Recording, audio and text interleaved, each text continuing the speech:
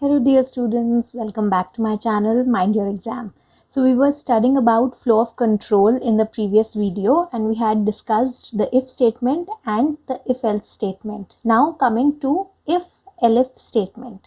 So if elif statement is used whenever multiple conditions need to be checked in case the original if condition becomes false. So we have seen that the if else statement was used when you want to display something else or you want to execute some other set of statements whenever the if condition becomes false. Now if in case the if condition becomes false and you have to check again other conditions, that means you have to perform further checking of some other conditions, and based on the truthfulness of those other conditions you have to execute different sets of statements.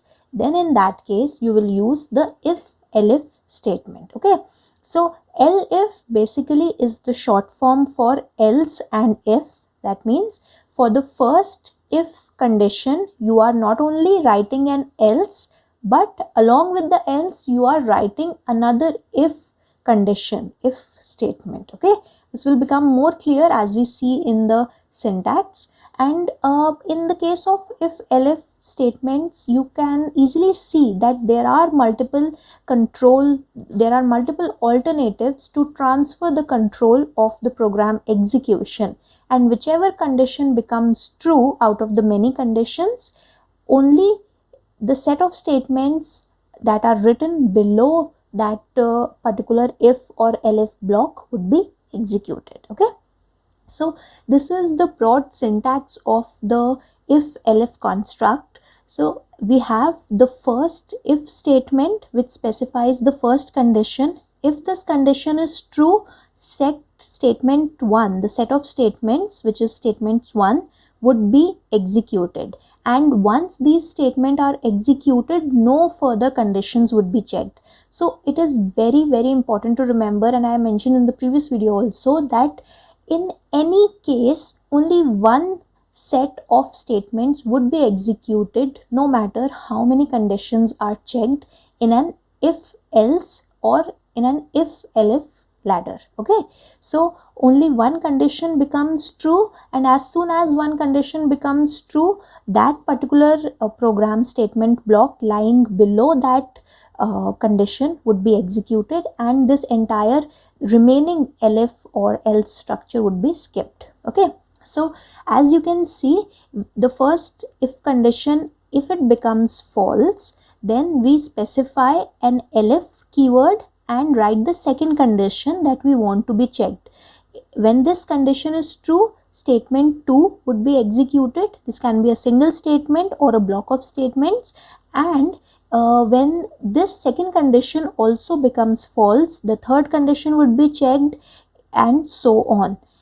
Now the if elif structure can end at an elif, or there can be an else statement at the end of this structure. So this is no compulsion, there is no fixed format whether you have to end this structure at an elif or you want to end it at an else. It is completely your choice. Okay, so number of elif statements that would be present in such a structure depends upon the amount of conditions that you have that you want to be checked, and the condition checking is always performed sequentially. No matter how many conditions, the sequence would not be disturbed. Okay, unless there are certain cases that we will be studying in the later end of the chapter.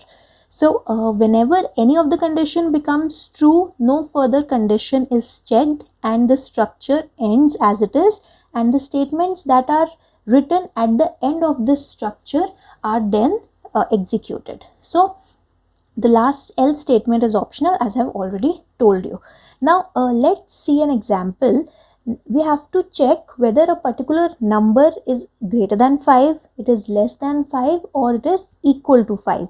So the number is stored in the variable num, and we first write the if condition as if num greater than 5, then we print number is greater than 5. However, if the number is not greater than 5, there are again two conditions to be checked, whether the number is equal to 5 or the number is less than 5. So that is why instead of using a if else structure, we use a if elif structure. Now in the first elif we write L if num less than 5, and we are checking the second condition here. If the number is less than 5, then the second print statement would be executed. Otherwise, the control would pass on to the last else keyword and the last statement, print statement, would be implemented, and this last statement is number is equal to 5. Okay, so now please see here that in place of the last else keyword and this else structure, we could have easily written elif num equal to 5, and then this print statement, it would have worked the same. The only difference between an else and elif is in front of the elif you must specify a condition.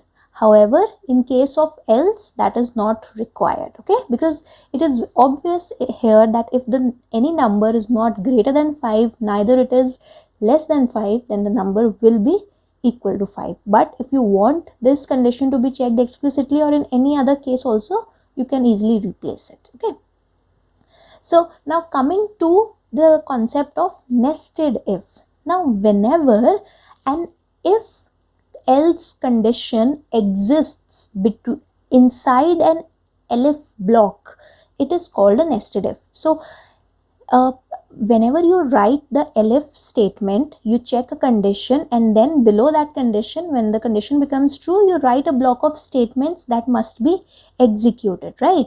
Now if those set of statements contain a single if or it contains an if else structure, then it is called as nested if, okay, because the elif outside has an if condition and inside also there is another if condition, okay.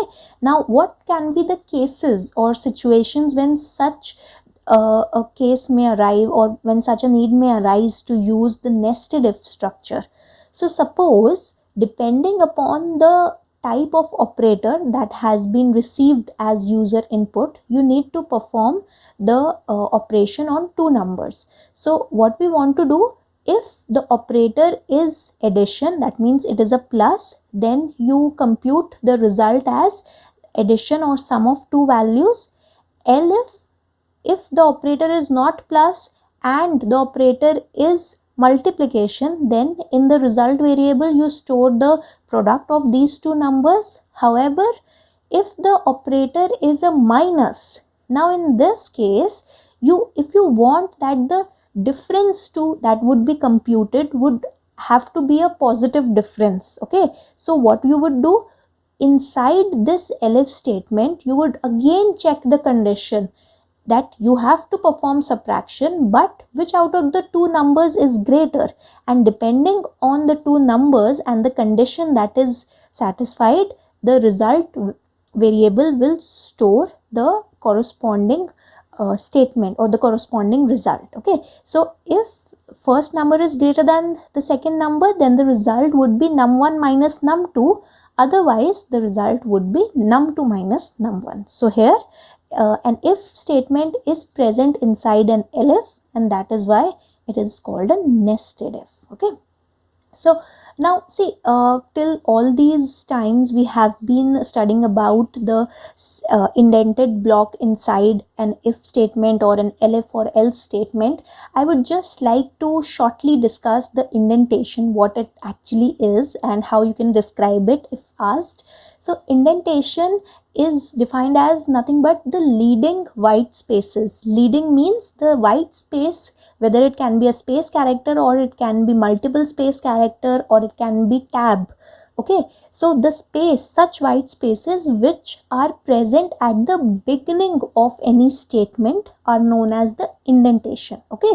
And all those statements that have the same indentation level, that means that have the same number of white spaces in front of them, in Python, all such statements are considered to be a part of the same block. That means they are considered together, okay. And indentation is checked very thoroughly in the Python by the Python interpreter, and it is very important to write statements at the correct indentation level, because if in case your indentation level is wrong, then a statement which was supposed to be executed inside an if, that means the statement was supposed to be executed when the if condition was true, if you have not given the proper indentation, that statement would be executed outside the if block. Okay, so in such cases syntax error may also arise, or logical error may also arise when you may not get the desired output. Okay, so a single tab is generally used at one particular indentation level, and as you go on deeper in the indentation ladder, you increase the number of tabs or white spaces. Okay, now the if, elif and else structure was a part of the flow of control which fell under the selection type. Now we are looking at the second type, which is the repetition. So in the very first lecture of this chapter, we studied that there are two types of control structure, which either select, and the second is which either repeat. So we have seen how we select one particular set of statements using the if else structure. Now we are looking at the repetition part. So what do we mean by repetition? It means that we are performing the same task multiple times. Okay, and repetition in programming language or in Python programming is also known as iteration. That means you are iterating something, you are repeating something multiple times. And in Python or in any generic programming language, when you want to repeat the same task multiple times, you use the concept of loops. And why do you do so? See, repetition can be performed by writing the same set of statements in the program again and again, but that is very inefficient way of doing it. And why is it inefficient? I will be discussing in the next lecture, but till then you remember that loops make the repetition easier to understand, easier to read, and it makes the program more efficient. So till the time we meet in the next lecture, mind your exam, keep liking and sharing our videos. Thank you for watching.